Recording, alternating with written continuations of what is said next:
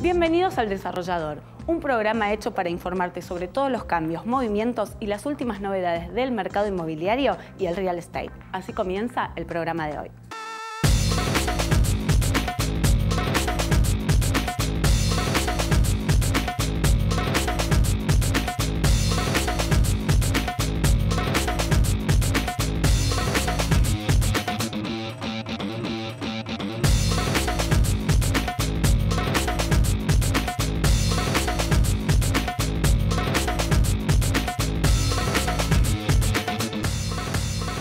Buenas noches. Para la charla de hoy, debatir acerca del mercado inmobiliario y las cuestiones que obviamente involucran la toma de decisiones en real estate, nos acompaña Armando Pepe, actual vicepresidente de la Cámara Inmobiliaria Argentina.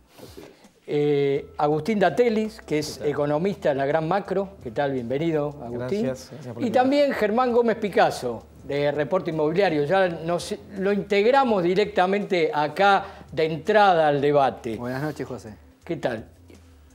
Para arrancar, Agustín. A ver. Vamos a ver, bueno, toda una cuestión, el tema de salud de la presidenta y demás, pero que sabemos que se está resolviendo adecuadamente. ¿Qué podemos esperar desde lo político y desde lo económico después del 27 de octubre con respecto a la economía? Porque obviamente esto interesa para el mercado, ¿no? Sí, a ver, yo creo que en cuanto a la economía, a grandes rasgos, a nivel macroeconómico, lo que tenemos que esperar es una continuidad de los grandes lineamientos del modelo económico de los últimos años. En materia de crecimiento económico, inclusión, un crecimiento económico motorizado por una demanda que se sostiene desde el sector público, con políticas tanto fiscales como monetarias expansivas, etcétera, etcétera. Lo que sí tenemos que esperar también es que empiecen a atenderse algunos frentes que son los frentes más conflictivos del último tiempo. Por ejemplo, todo lo que tiene que ver con la caída en los niveles de reservas, que es una preocupación que existe, que hoy está relacionada directamente con lo que está ocurriendo en la cuenta turismo, con lo que está pasando con la energía,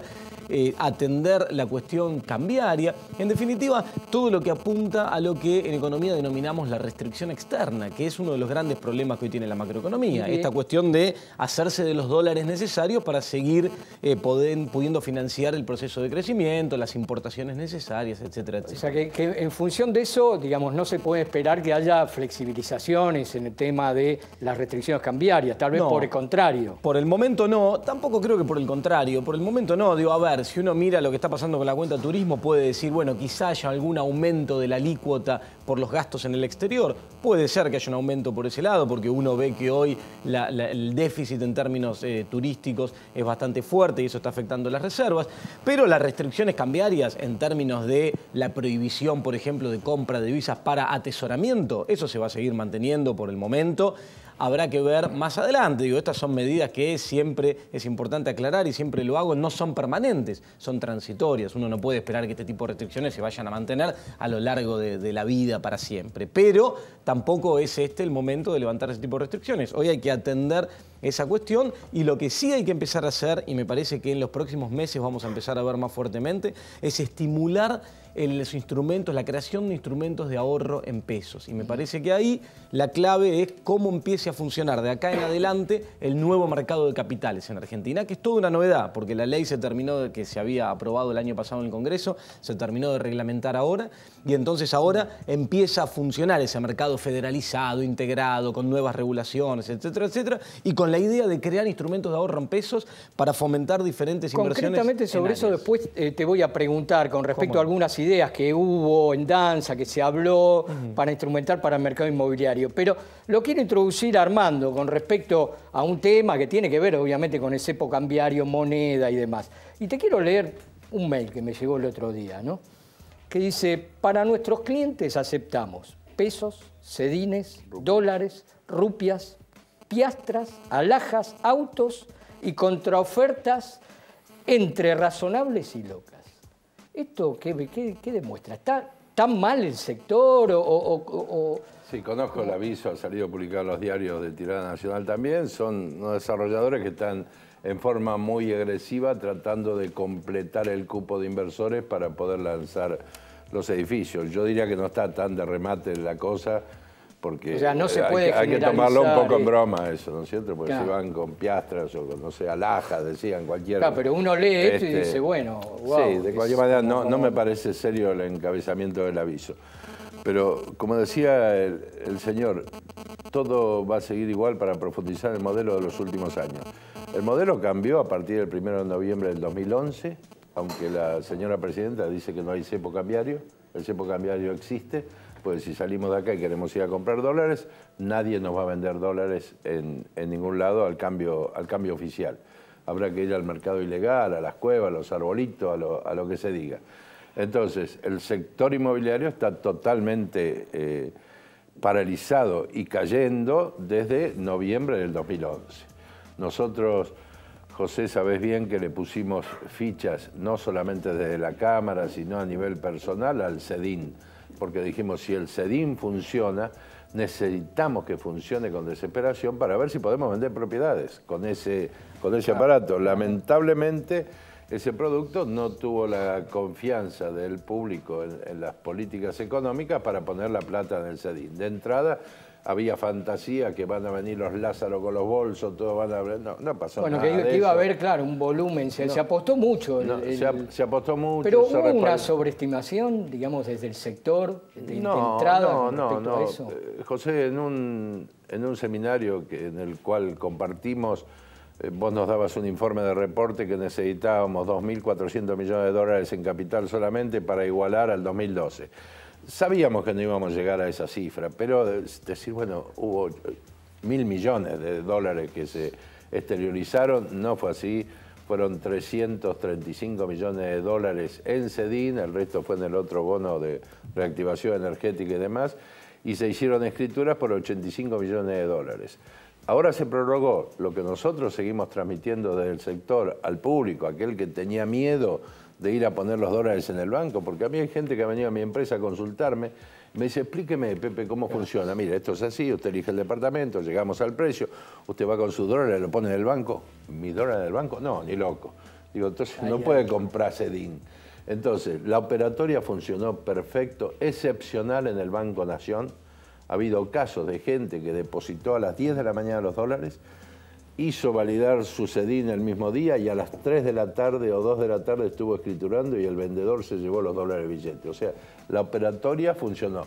Le faltó confianza por parte del público en ir y depositar sus dólares en los bancos. Hay bancos que le pusieron muchas trabas. Sí, le echaron le pusieron muchas trabas, sistema financiero, muchas trabas al sistema. Porque, bueno, obviamente también había una cuestión que tenían que destinar recursos, ¿no? para atender esta operatoria y no tenían ninguna retribución y bueno, obviamente también eso creo que complicó. La vivienda es una emergencia nacional, José. No, eso todos sabemos que es una emergencia nacional. Pero... Cada vez que tenemos elecciones en el país, sean lo que sea, legislativas, municipales, gobernadores o presidenciales, todos los políticos salen a hablar de vivienda, los planes de vivienda que vamos a hacer y es toda una sanata infernal que después de la elección todo el mundo se olvida. Vayamos para atrás. Néstor Kirchner anunció el plan inquilinos. El plan inquilino que era que con la cuota que pagaba su alquiler va a poder comprar una vivienda. Aquella fotografía la tengo acá.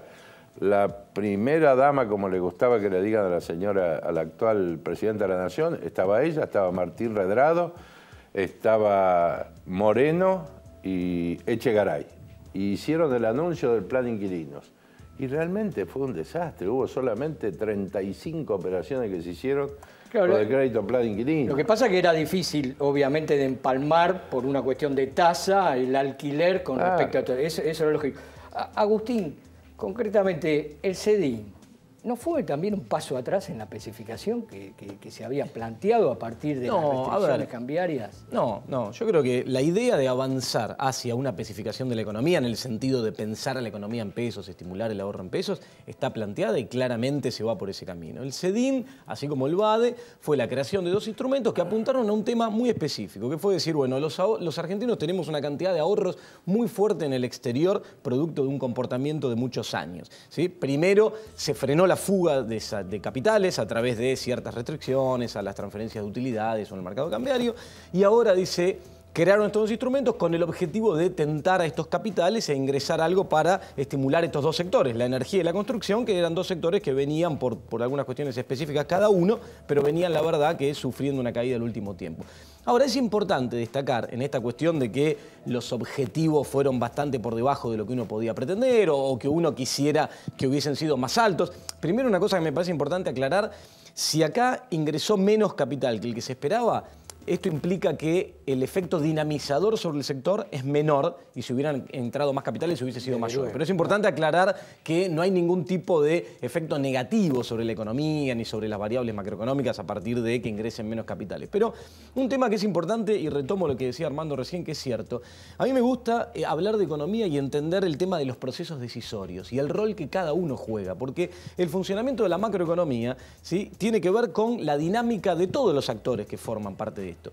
Y el tema de los bancos, que bien decía Armando, es cierto que muchos bancos jugaron en este sentido en contra de esto, porque les generaba algún ruido. Sí, porque pero no pongamos tampoco, Agustín, todo en el tema, que si bien no eso digo no que la colaboró culpa en sea el tema exclusivamente de los bancos. ¿No hubo un tema de no comunicación también inicial por parte del gobierno? Claro, lo que pasa es que no hay una cuestión de comunicado. desconfianza muy instalada en la sociedad, que tiene que ver también con el rol de ciertos medios de comunicación, pero bueno, hay una cuestión de desconfianza. Perdón, los medios de comunicación no tienen nada que ver. ¿Cómo que no tienen La nada que ver? gente tiene desconfianza, la gente no quiere Pero ir a los medios de depositar los comunicación dólares. son responsables de esa desconfianza en el mensaje que dan cotidianamente. Si hay un fracaso total del equipo económico, los 5 ¿Pero jinetes del apocalipsis.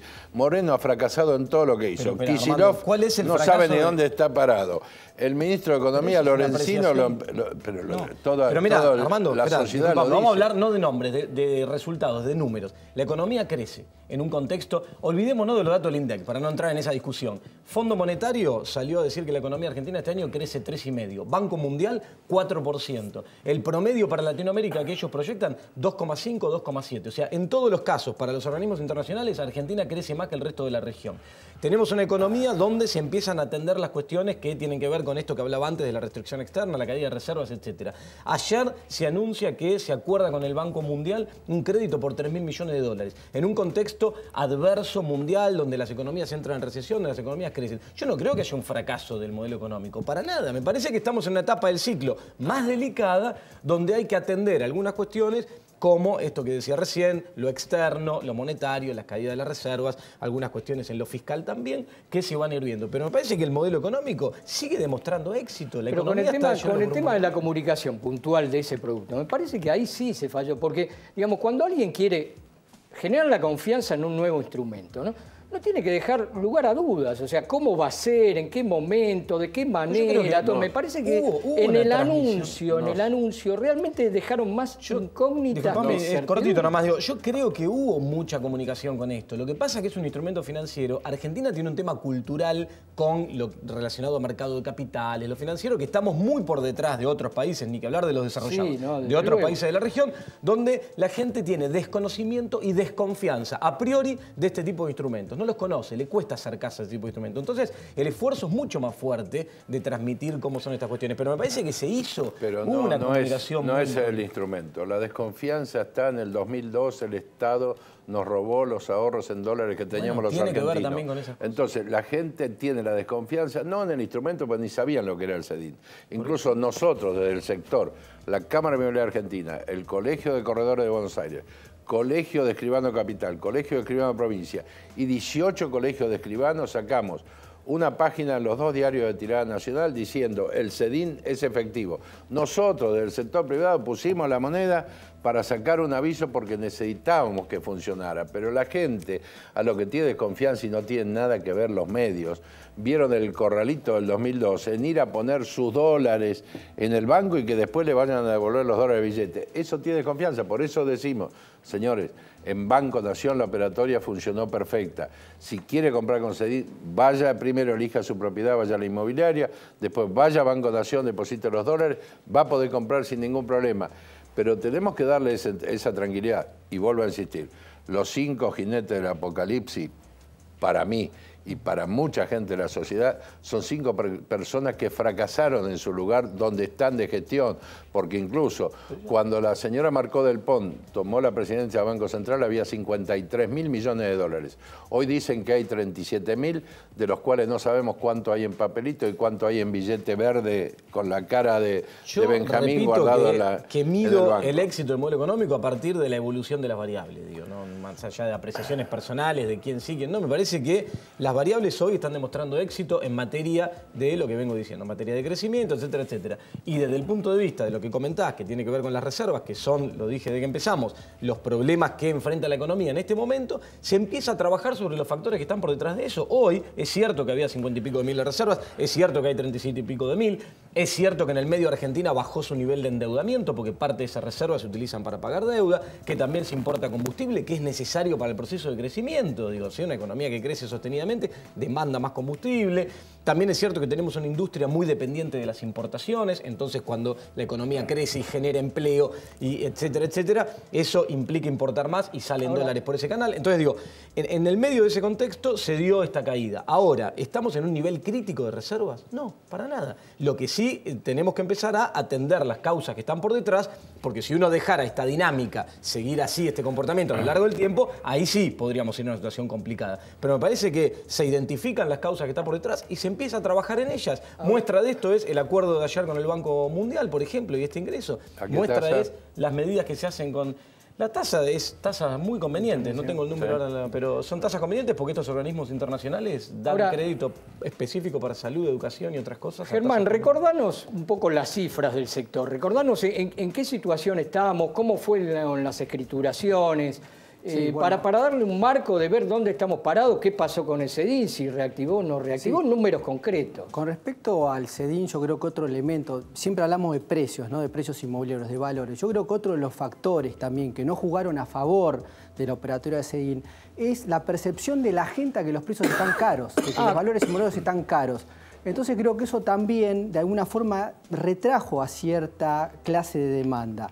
Si nosotros vemos hoy, analizamos un poco lo que son precios en el mercado de capital y GBA, que son los que están 99% prácticamente dolarizados, podemos verificar que los precios en dólares prácticamente no han caído en lo que es precios de oferta. Sabrá Armando que hay operaciones que se hacen por menor valor, pero los precios de oferta están muy estables. Entonces yo creo que ese es uno de los factores que no jugó a favor con la operatoria. Eso se refleja muy bien. Nosotros pedimos que opinaran a través de Twitter, nos hicieran llegar dudas y, por ejemplo, nos mandó un tuit Nau Jereman-S que dice, te lo pregunto concretamente, Armando, a pesar de la caída de las ventas, ¿seguirá la supuesta burbuja inmobiliaria?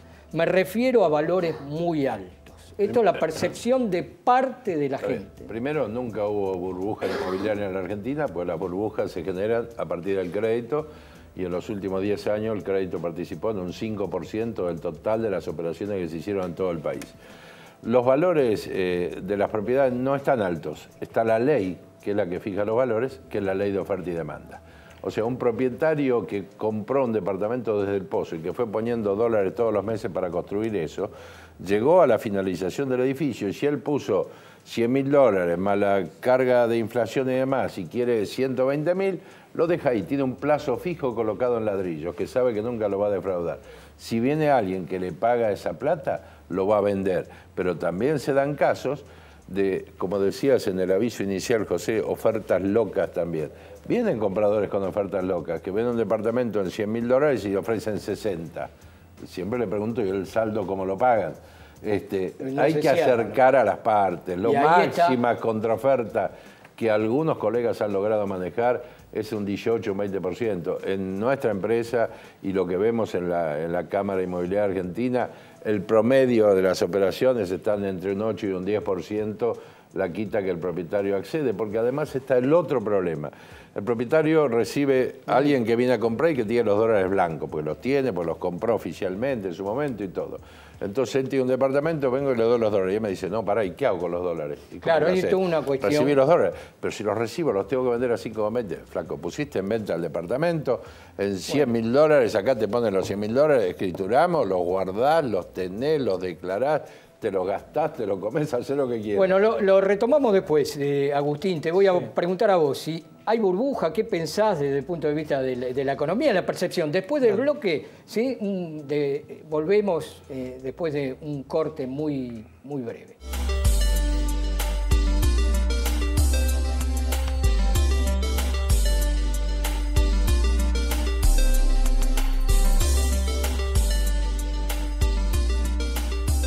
Hudson Park, www.hudsonpark.com.ar